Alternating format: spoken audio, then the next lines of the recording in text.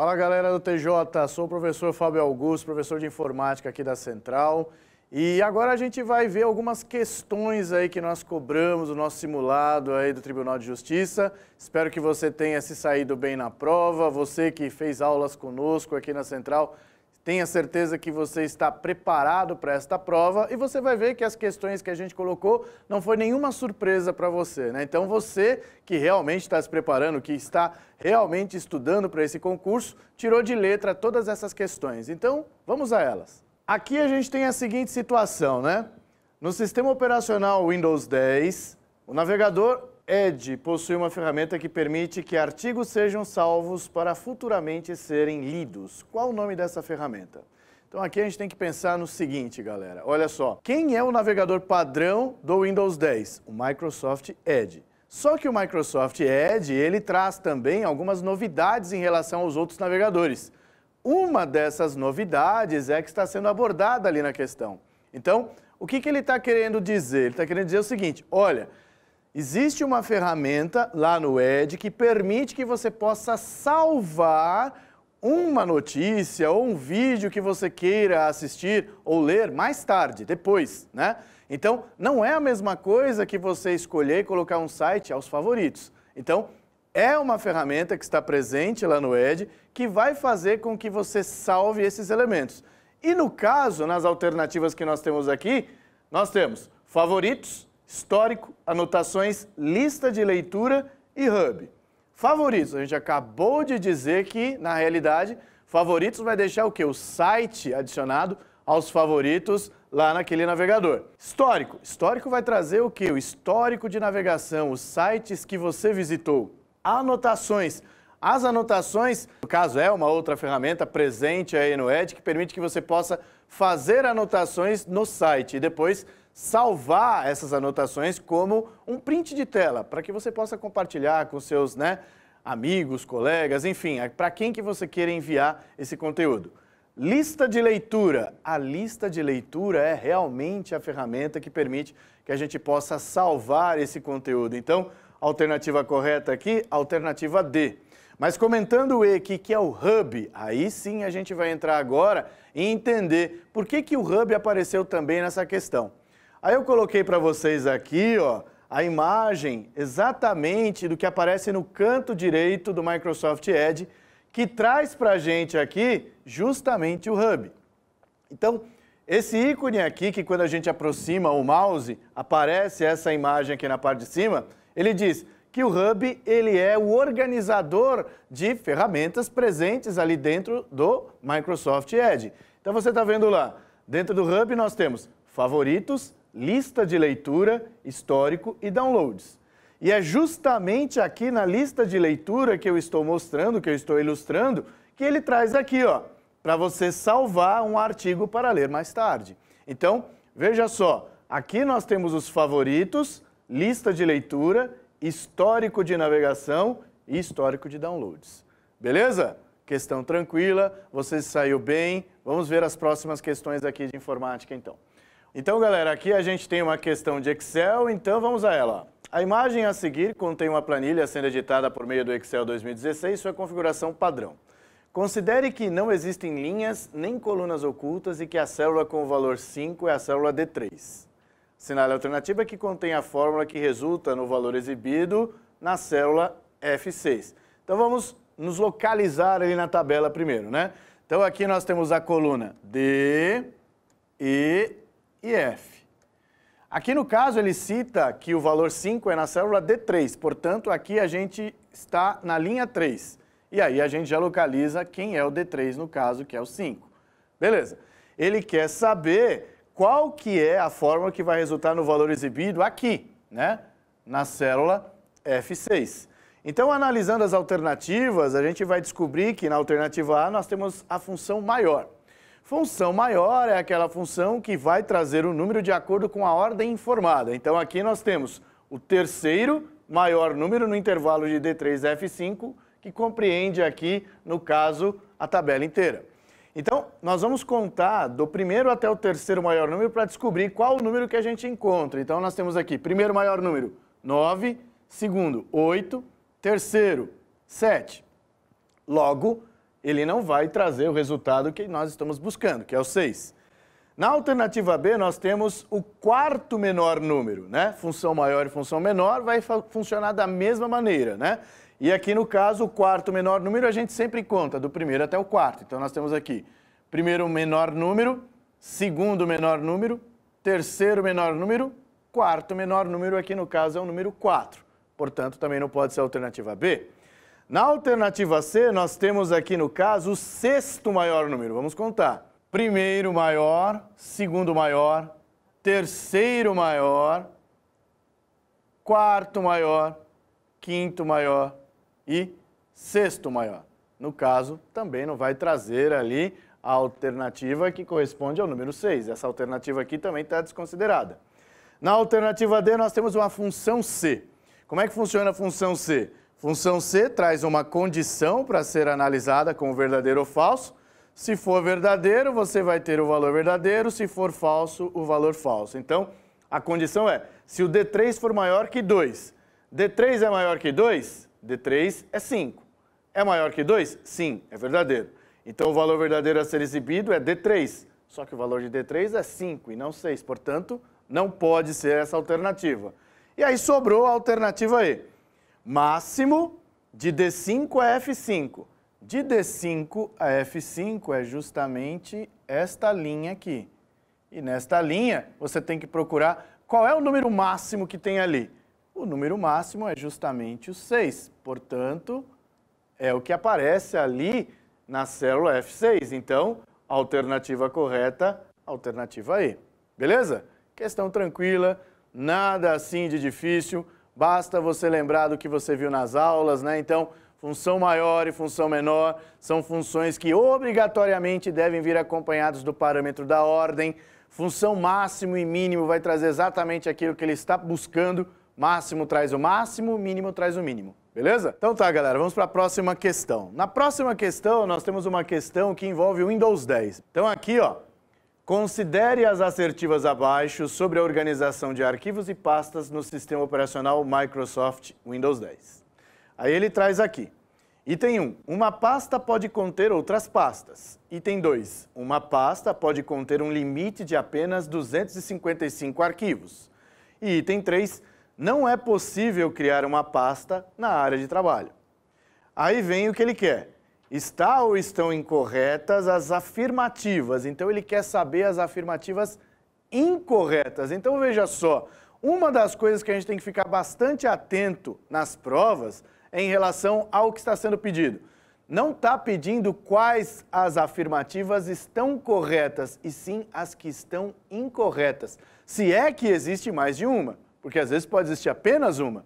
Então, fique esperto em relação ao enunciado para não ser pego de surpresa na hora, tá? Então, voltando aqui para a questão.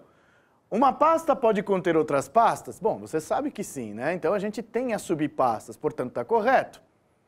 Uma pasta pode conter um limite de apenas 255 arquivos? Bom, não existe limite em relação à quantidade de arquivos que você tenha numa pasta, né? Haja, por exemplo, pense na seguinte situação. A pasta Windows que fica lá justamente no nosso, né, HD, ela possui várias subpastas. Imagine a quantidade de arquivos que tem ali dentro. Então, se houvesse uma limitação, já não poderíamos ter o Windows instalado no computador. Começa por aí. E depois, não é possível criar uma pasta na área de trabalho. Pô, na área de trabalho é o lugar que a gente mais gosta de criar coisa, não é? Então, lembre-se do seu uso no computador dia a dia. Pô, na área de trabalho eu crio coisas. Então, se você cria coisas, essas coisas que você cria, pode ser uma pasta também? Pode. Então, no caso, o que está errado aqui? O item 2 e 3. Então, alternativa aqui, no caso, que você deve escolher, alternativa E. Beleza? Questão tranquila, questão simples, questão de Windows, ok? Na próxima questão, a gente vai ver ali também uma outra questão de Excel, beleza? Então, vamos lá desvendar também mais uma função do Excel. Então, aqui nós temos uma planilha que está sendo adotada e ele fala aqui, ó, em uma planilha do Excel 2016, na sua configuração padrão, conforme ilustra a figura, na célula D2 foi aplicada a fórmula. E você tem aqui uma fórmula imensa, né? Você tem aqui uma função soma dividido pela função C. Então, o que a gente tem que observar aqui? Primeiro, a função soma, ela está aqui, né, separada em termos, porque você não está dentro do mesmo parênteses da função c. Então, vamos fazer por etapas. Primeiro, a gente faz aqui a somatória de A1 até B2. A somatória de A1 até B2 vai trazer para a gente o seguinte: de A1 a B2, você vai somar os 4 números que tem ali. Esses 4 números somados, você vai ter o quê? 10, ok? Então, aqui de A1 a B2, 10. Beleza, já fizemos o 10. Agora a gente tem que fazer a função c. Esquece a soma, porque você já fez. E aí, agora a gente vai ficar atento à função c. Na função c, eu coloquei aqui para você o seguinte, ela já separadinha, bonitinha aqui, para você saber o que é condição, o que é valor verdadeiro, o que é o valor falso. Então, a minha condição aqui é se a média de C1 a C4 for maior que 4. De C1 a C4 é justamente esta coluna, onde você vai fazer a somatória e vai encontrar o valor o quê? 20. Aí você analisa. 20, no caso, é a média, só que eu vou dividir 20 por 4. 20 dividido por 4 dá quanto? 5. 5 é maior do que 4?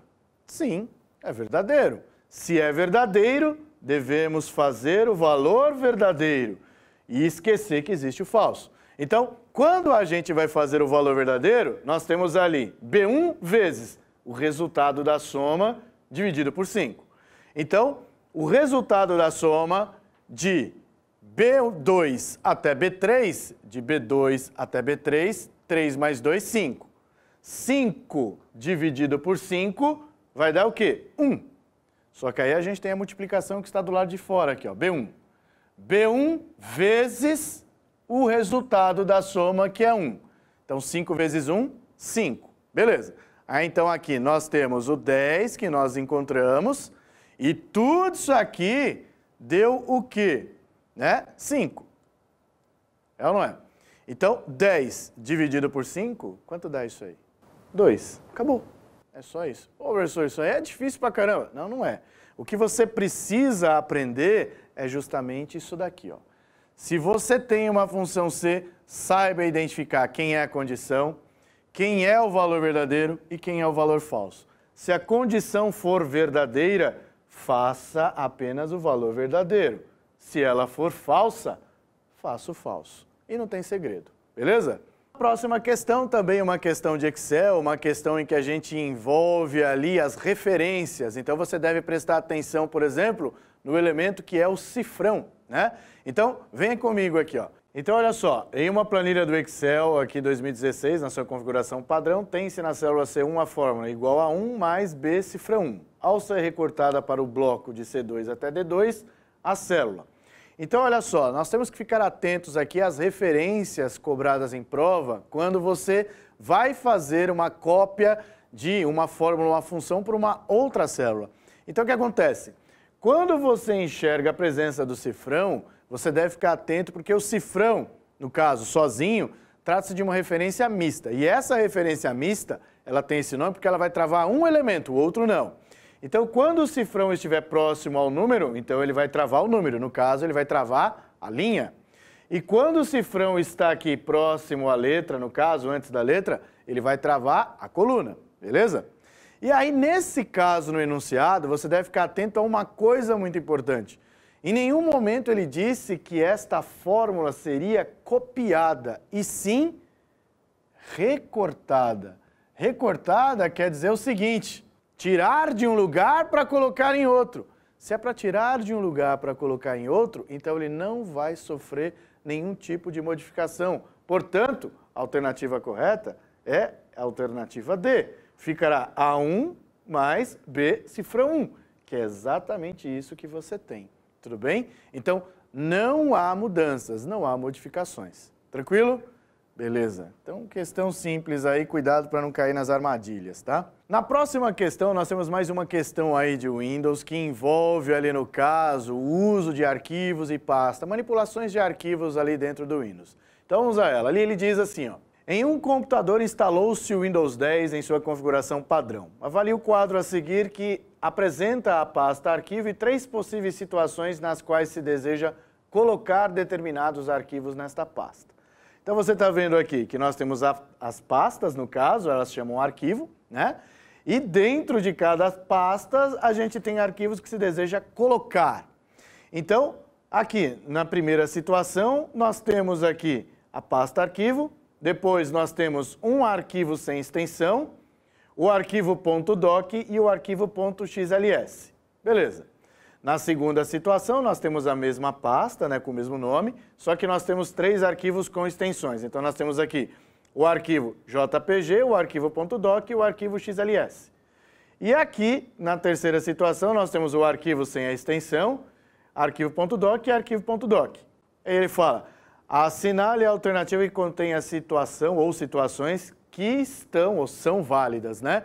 Então, o que acontece? O que você deve colocar na sua cabeça? Em manipulação de arquivos e pastas no Windows, você sabe que dentro de pastas você pode conter vários arquivos com nomes, né, iguais, desde que sejam extensões diferentes.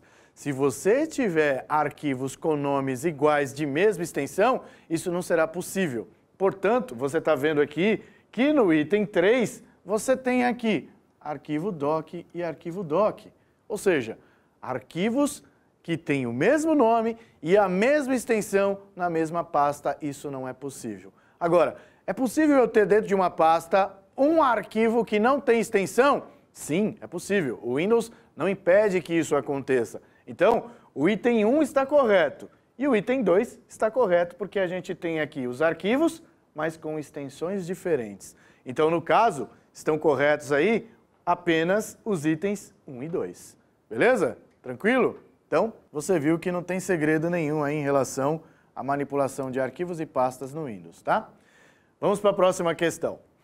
Na próxima questão, a gente tem mais uma questão aí de Excel, beleza? Nessa questão de Excel, nós temos uma função que é velha conhecida dos concurseiros, que é a função soma-C.